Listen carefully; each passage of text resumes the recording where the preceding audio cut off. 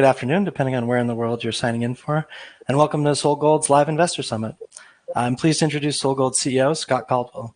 Today, Scott will take us through a presentation, and afterwards we'll be accepting questions. As a reminder, you can submit your questions on the chat panel on the right-hand side of your screen at any point during the presentation, and we'll handle them at the end of the presentation. As always, this summit is being recorded and will be available on six.com to watch afterwards. Without further ado, I'll hand it over to Scott to kick things off. Thank you, Romeo, and thanks to everyone for taking some time out of your day. I'm going to go through a quick overview of the status of the company, and then I'll answer some questions at the end of the presentation. So we can move to the next slide, Romeo. Just a little point. You see this in all the presentations, but there is some forward-looking statements in this presentation. So I caution you to take a look at the cautionary language. Next slide. It's a little bit about the corporate summary, and I won't spend a lot of time on the numbers. You can read them as well as I. But let's talk about cash. And again, this number is a bit dated, but we had $73 million, and that includes cash in our shares that we own of ourselves. So really about $48 million in cash and another $25 million or so in the value of the shares. A little bit about our resource base, Cascadel, and we'll be talking a little more about that. But I firmly believe it's a world-class / tier 1 asset. It's a very rare asset. And you can see the grades at Apala, 2.6 billion tons at 0.53 copper equivalent. And anyway, we're looking at advancing that project. And then we also have a resource at Porvenir. So the company, I've said in the past, mine finders, not mine builders, has been successful in finding two, more like three porphyry deposits, the two mentioned here, and then Tam, which is on the Cascadel tenement. So very successful exploration efforts. Ecuador has some great exploration potential. And there's a slide later in the presentation, you can see that all of the major mining companies are trying to get a toehold in Ecuador because it's the right rocks and it's a great place to do business. Yeah, the next slide. So a couple of milestones. We had a press release come out, depending again where in the world you are, either early this morning or yesterday evening. And we successfully signed and negotiated and signed the term sheet for the what is called the Exploitation Contract. And that was a great effort between ourselves and the Ministry of Energy and Mines, other various ministries, so the government, local communities. So all of the stakeholders are going to benefit from this, including investors. But it's a big milestone. We're really happy with the outcome. And and it also, we have a 33-year life and it can be extended. I'm talking 33 years to extract the minerals, but we can extend that on a 25-year basis.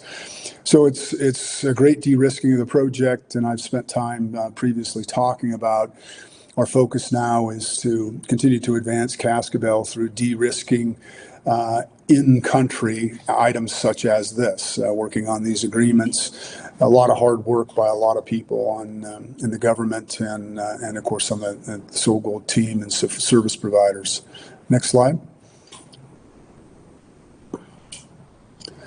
So the press release, I encourage you to look at that. It's got some detail in it, but I'm going to go through a high level. The advance royalty of $75 million. And what's key on that is, and if you look at the press release, the advance royalty, the first $25 million is due when we begin construction on the concentrator.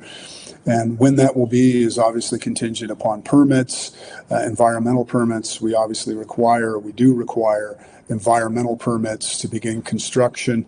So that's quite some time away. We don't have a timeline, again, when we're working with the various regulators, but when we begin construction, that's when the $25 million, the first $25 million is due, and then we pay another $25 on the first anniversary and then the second anniversary. So 12 months later, $25, and then the final $25 at another 12 months. The royalties of variable royalty from 3 to 8%, and again, it's defined in the press release. And I want to make a statement, again, it's mentioned in our release, the NSR.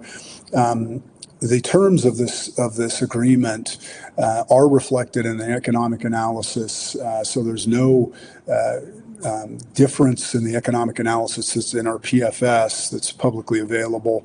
So there's no significant difference, no difference in the economics. And the Ecuadorian government, by law of the country, you will pay around 50%, no less than 50% of your profits.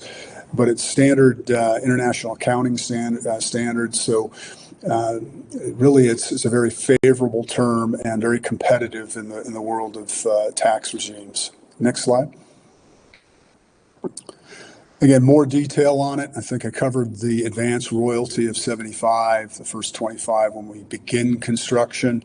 And again, that's contingent upon receipt of permits, and we do not have those permits yet, and it'll be quite some time as we work with the authorities to obtain those permits. Again, the variable rate from 3 to 8, I'm talking the NSR. And again, it's dependent on metal price, and there's a little table that goes through the various price scenarios and what kind of royalty we pay. And we expect to see an income tax rate of 20% and previously 25%. And so, and it's the amendment of the Investment Protection Agreement, which is in progress now, and we anticipate having that agreed upon and signed before the end of the year. Next slide. This is the table I was talking about. I'm not going to belabor the numbers here, but you can see as the royalties vary, a high of 8% if the copper price is more than $5 a pound, 501 US dollars, everything. And if it's less than 3, it's a 3% royalty. So it moves around as metal prices vary. If we were in production today, we'd be paying a 5% royalty last time I checked on the copper price, and you can see the same sort of variable numbers for the gold and silver price as well. Next slide. So the company has a very effective and an ESG effort, and we focus on various activities, a bakery and a coffee plantation, educational efforts, and everything else. The royalty, the highlight of this slide is 60% of a royalty goes to the local province, Imbada province, and so that's where 60% of the royalty. So if it's a 6% royalty, obviously 0.6, so that would be 3.6% of the royalty would be in the local communities, allowing these sort of efforts and others to be expanded. Again, the money is controlled, the royalty is controlled by the local province, not SolGold, of course. So it really will make a big impact to the local communities, and we're excited about that impact, as are the local communities, of course. Next slide, please. I mentioned this briefly, and you can see down below with all the logos of the companies, Lundin Gold, Cisco, Franco, etc. Lots of very, very large companies trying to move into the area, and they're looking at outside exploration properties, the catastra, or the ability to acquire, to stake new tenements or new exploration ground has been closed. That's from the government, has been closed for a number of years, and it's still closed. So obviously, if you're going to move in, you've got to work with somebody who has, such as ourselves, has these outside tenements if you're interested in. And that's one of the things we don't talk a lot about, but it is a very key part of our portfolio, not just Cascadel, but our outside exploration tenements. As far as we know, we're the largest holder of outside exploration tenements and the largest private holder. But we've got a very, very large package of around 90 tenements in the country, from the north to the south, from Peru up to Colombia. Next slide. The strategic review process, and I'm asked a lot of questions about this process, but probably the best way to look at this is that, I talked about our assets. I talked about Cascadel as a tier 1 or world-class asset, very rare, large, undeveloped, good grade, high grade porphyry copper gold deposit. in a jurisdiction that we believe is open for business in the mining side, so long as you do it responsibly. And the two major mines, Lundin Gold and Mirador. Lundin Gold is very well run. I can't say enough good things about what Ron and others have done there. And the same with Mirador. So if you do it right, the country is open for business. Right meaning environmental, social, good ESG performance. But our strategic review process, there's a lot of interest because of the world-class nature of Cascadel, as well as the outside exploration tenements. So there's a lot of interest in our portfolio. And so there's a lot of people, a lot of companies that are approaching us wanting to talk about various initiatives. And it could be anything. We're looking and talking about anything, and including a joint venture partner on whether it be outside exploration tenements or Cascadel itself. It just has to be the right deal, and we're working through this process. We don't have a timeline, but again, a lot of interest from a lot of parties just because of the world-class nature of Cascadel and the exciting exploration potential on the outside tenements. So. A lot of interest, a lot going on. Can't talk a lot about it, but we're very excited about the people that are interested in our portfolio, and we'll keep looking at any and all viable alternatives. Next slide. Advancing and de-risking Cascadel. I touched on this briefly. We're in the process of getting permits and for our exploration works, which is the declines to access the Apala deposit. And so that permit includes those and some other various infrastructure associated with that. And we're working on getting those permits. And once we receive those permits, we would begin work on the portal construction and begin driving that decline. Again, it's in progress. We don't have a timeline as to when we will receive those permits, but stay tuned. And when we do receive the permits, obviously we would issue a press release. The investment protection agreement I touched on briefly. We're in discussions with the local authorities on that agreement, and that's essential, and it's not mandatory, but we think it has added protection. We have an investment protection agreement. We're amending it to reflect our new capital plan / the PFS work, so it's changed slightly. We're working on the right-of-way, and we have options. We're acquiring options on various tails dam, potential tails facilities. We're working on the right-of-way for the concentrate pipeline and for the tails pipeline. And so that work continues. And like I say, we've signed options to examine, to do our technical work on the Esmeralda's tail site. And when that work's completed, if it's successful and we think it's an optimum site for the tails facility, we would execute that purchase. Permitting environmental, and that's ongoing for whatever our activities are, and so we continue to permit. And obviously, we're working on our impact assessment. We're preparing to get all of the permits required to construct. So we're doing the baseline work to construct Cascadel, and obviously that's a lot of work, but it's ongoing day in, day out. I mentioned the geotechnical work. We now have, we're working on getting the final access agreement, and then we'll begin doing test pits and eventually drilling at one of our tails sites. We've got a number of tails dam sites selected and preliminary work done. So if for some reason geotechnical issues make it to where it's impossible to build a dam, we've got a number of alternatives that we can move to. So we've got a lot of options on that front. Next slide, please. Apala, again, this is our major discovery, and you can see the black circles on the drawing on the right. Again, I won't go through a lot of the points here, but what really intrigues myself and others, and again, is the high-grade core. You can read it there, 442 million tons at 1.4% copper equivalent.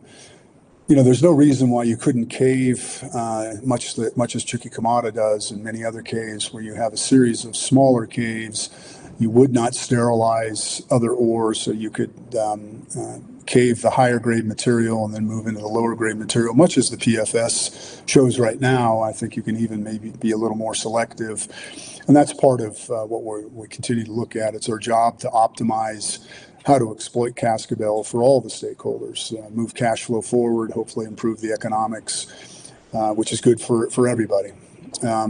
And again, as we all know, or maybe you don't know, but it is a block cave. This will be a block cave mine. All of the technical work, the hydrology, the geomechanics, it indicates that it will cave. I'm an old block caver, and I know it will cave. So it's not an issue of how will it cave, it's how do you want to do it. And so we continue to optimize, but that's kind of our mandate, our plan, our business activities is how do we optimize this world-class asset to maximize the return for all the stakeholders. Next slide, please. The mineral reserve, we call this MRE3.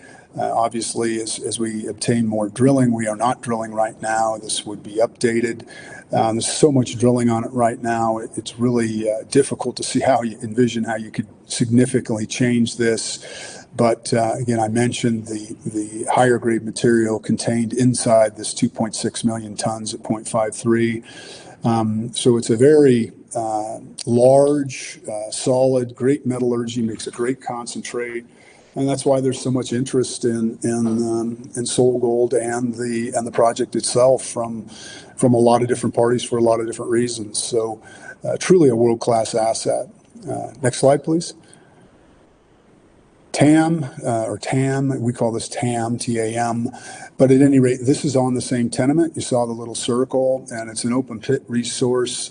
It is not in our current PFS. Although we continue to look at it and try and work out how this might fit in our development programs. But as you can see, it's relatively shallow. The thought was it would be an open pit mine. You can read the numbers as well as I can. But again, this isn't in our PFS, but it's another porphyry target, another porphyry deposit that was discovered by the company. That's the third. So when I mentioned three, Cascadel, Tam, and Porvenir, would be the three porphyries that the team has discovered historically. So definitely capable of finding some very significant and very interesting porphyry deposits. Next slide. Location of Cascadel. I guess the point of the slide is close to power, close to a deep water port. The black line on the drawing is an old railway line, and that's going to be our preferred alternative for the concentrate pipeline that will eventually be built to the coast. Deep water port at El Esmeraldas, which is the left-hand side of the drawing. But you can see the location, approximately 20 kilometers south, 30 kilometers south of the Colombian border is where Cascadel is located. No issues with the border at present, all quiet. And so you can see the location from Quito, about a 4-hour drive on a paved highway from Quito to the Cascadel site. The site is on hydropower. Obviously, the power line would have to be upgraded from the hydro station you can see the picture of, and that would go to the Cascadel site sometime in the future. Next slide. This slide is just kind of showing you, where, and this is public information, and you can see it's Wood Mackenzie, but it can kind of show you where, what's happening to the copper supply, who's providing it, and you can see, the major producers, Anglo and BHP and Freeport, etc., are on the slide in the little dash, and then you can see the growing share of other, which would be the SolGold, so the smaller producers / discoverers are starting to become more and more of the copper slide. So you can see that the big 13 producers will drop. The point of the slide is it looks like there's going to be more M&A activity on the large companies looking at smaller companies and smaller resources to continue with their production profile. Next slide, please. Copper M&A. Again, this slide is You can read it, S&P Capital, Price Waterhouse are the sources, but you can see how the M&A activity is really moving up in copper, and no surprise to anyone who follows the copper market. I'm certainly not an expert on supply and demand of copper. Been in the copper business for 40-something years off and on. Started my career there in a block cave mine in Arizona. But at any rate, you can see that copper is where the M&A activity is happening. So there's a lot of interest in copper, and hence our strategic review is how do we find that right partner to help us maximize the value of this project. I'm talking Cascadel when I say project, or our outside tenements, and is that a joint venture or any sort of array of things. So a lot of interest because of demand of the metal, and where's the supply coming from? Where are the discoveries? Next slide. This slide is just showing the analysis of where we're at. You can see that next to Vale's discovery, SolGold's Cascadel deposit, it's huge. It's a large deposit and has every indication that it'll continue to grow, in particular at depth. I'm talking Apala, but we will not explore at depth until we're down there. We've got a lot of tons to maximize return to all of our stakeholders, a lot of tons, a lot of contained copper with some great metallurgy. So right now, it's probably not the time to worry about how big is Apala or not. We'll explore it when we get down there after we drive those exploration drifts. So one of the top two, and certainly in the top 10, you can see where we're at as far as gold and copper in that chart. So it is a world-class asset that has got a lot of value, and I guess that's why people such as myself are investors in the story. Next slide, please. So in summary, we're positioned with a tier one asset, and as it says, a rare tier one. I'll say world class. I kind of interchange this story, and I'm referring to Apala / the Cascadel project. Some good economics, long-lived, very long mine life, generational mine life into multi-generations when it gets into production. Exploration portfolio, I touched very briefly on that. It's a different story. It's again, some very exciting targets. The team has found one porphyry deposit in that portfolio at Porvenir, and I'm confident there's more out there. So it's a very desirable and large exploration portfolio. Our ESG is done to the highest international standards. Ecuador, as indicated by our recent signing, yesterday's signing of the exploitation contract.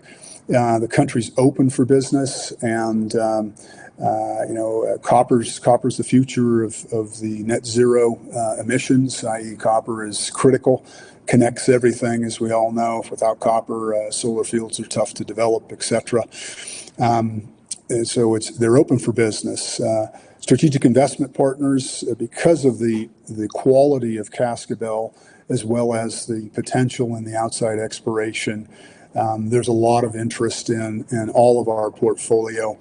So excited about continuing with that strategic review process. And again, a lot of people are interested just because of the quality of the assets.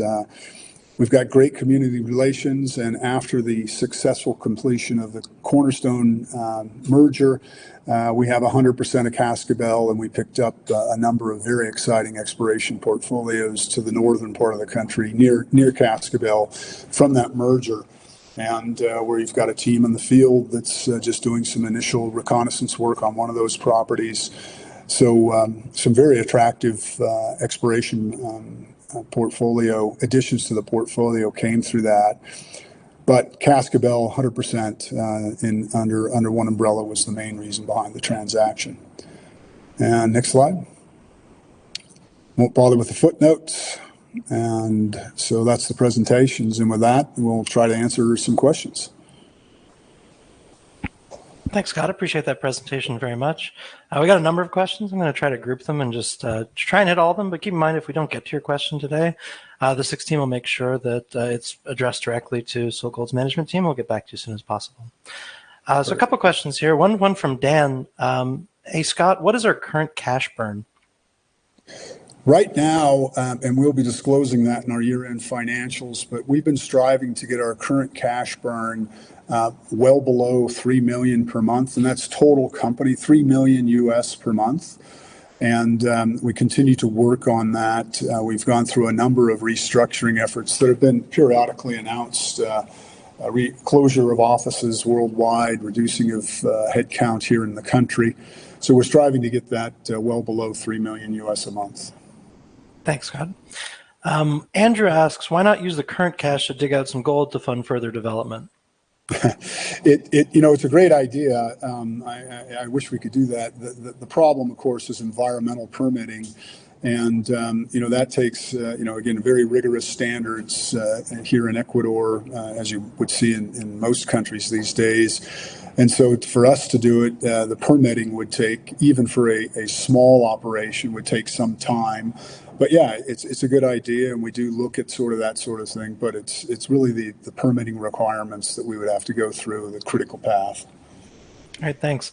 Richard asks, do you still envisage first production in 2029? The current thinking would be the PFS. So yes, is the answer to that question. We believe that there's a way to, and we're looking at that right now. We call it a phased approach that we've spoken briefly about. We have no numbers to disclose right now.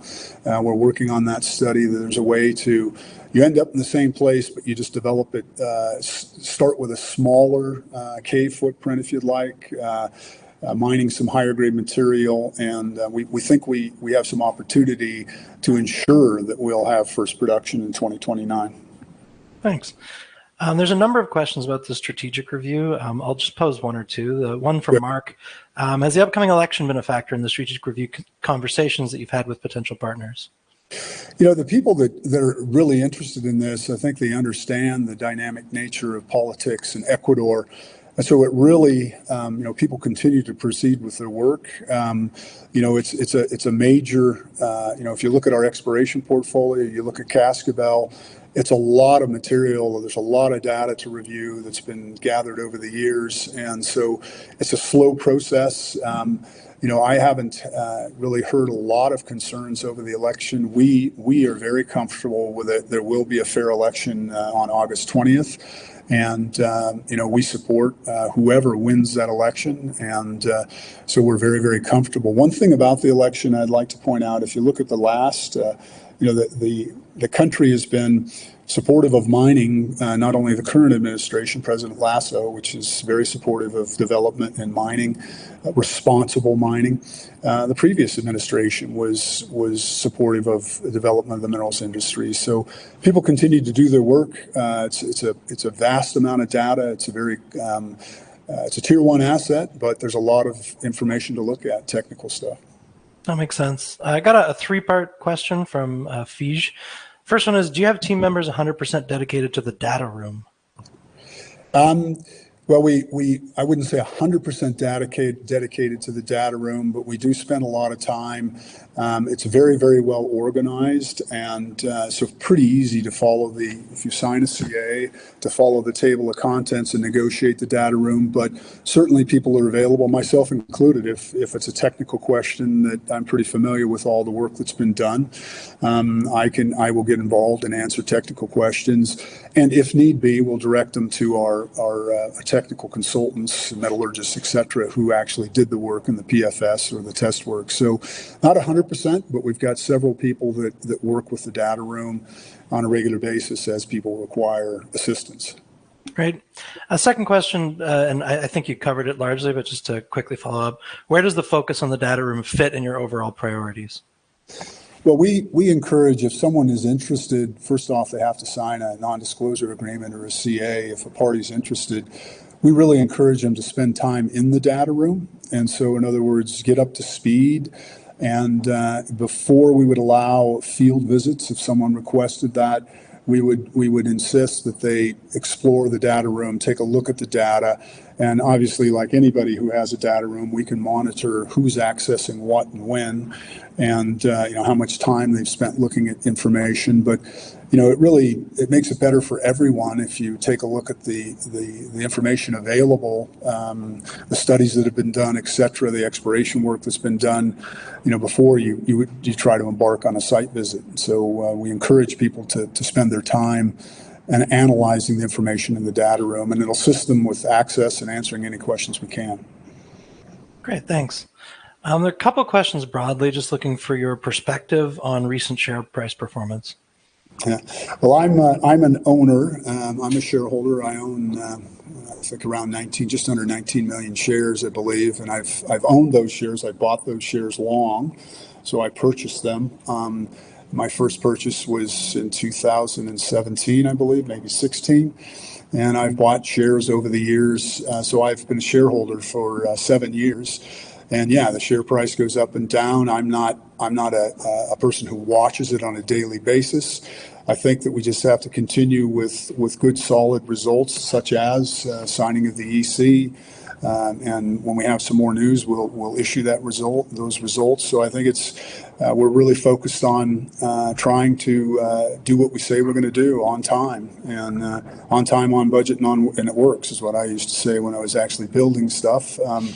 But if it doesn't work, there's no sense being on time. So we continue to hope to deliver with key milestones, and whether that be the amended production agreement, the IPA, or some right-of-ways. We're working on updating the PFS with a phased approach, and hope to have that done. And when that's ready to go, we don't have a definitive timeline. We're reliant on consultants on that work. So, so we'll continue to hit our milestones, is what we're going to try to do. Okay, thanks. R. Wilson Smith asks, there was talk that TAM would be open first to finance Cascadel. Is this still an option? We are looking at TAM. TAM is, as I mentioned, it's an open pit resource. It's lower grade, and so it's kind of a trade-off study. So we're looking at that. Does it make sense? Do we make enough money to pay for stuff? But if you saw on that resource estimate, it's lower grade than obviously a Pala. And so we're looking at, is there a way we can get into a Pala with a smaller cave footprint and move those, use those tonnages to pay for expansions, et cetera, in the phased approach. But TAM is still there. It's not going anywhere. But right now, it doesn't look, because of the grade, it doesn't look as if it's gonna move to the front of the pack. But we'll see. Appreciate that. Nigel asks, are we still paying Citi and Maxit for their work on the SR? And how many people are we currently employing on the ground in Ecuador?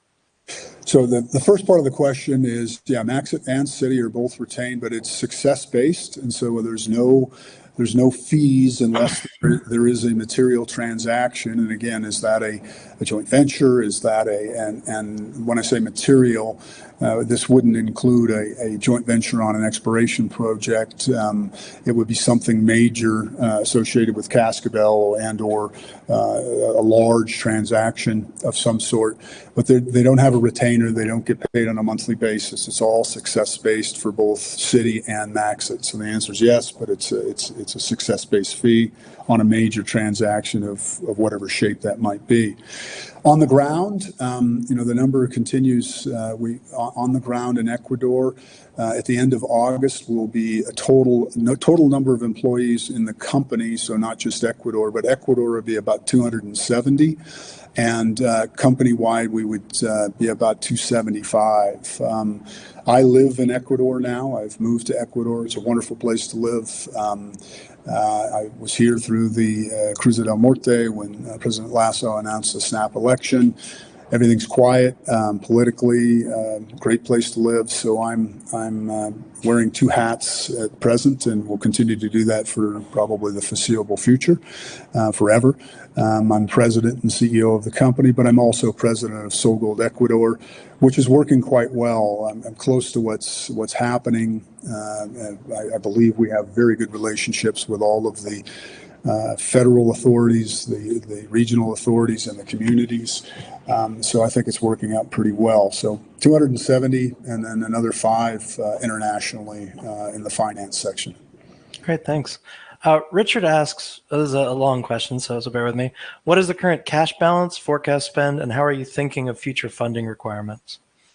Yeah, well, the current cash balance was mentioned in that slide, and I think the number was 78 million. Of that includes the shares that we own, the company owns, that when we acquired Cornerstone, we got. And so about 25 million. Bottom line is about 48 million the last time we published it in cash. And, we talked about the burn. We have plenty of cash to take us well through 12 months. And so beyond, so let's just say this time next year. And so we have plenty of cash to do that. We have a lot of options on the financing alternatives. For example, the block I just mentioned of the shares we own, but there's no plans to do any sort of equity raise in the short term. So we've got cash and we're managing within that cash, and we can continue to do all of the activities I mentioned, from the options on the tails to minor exploration work at a tenement near Cascadel. That's field work with geologists, no drilling. So we continue to advance Cascadel and work away on our other projects and obtain our permitting. So we've got the funding to do what we need to do on the ground. Great, thanks. Next question is kind of an amalgamation of 4 or 5 questions from Philip, Andrew, and others.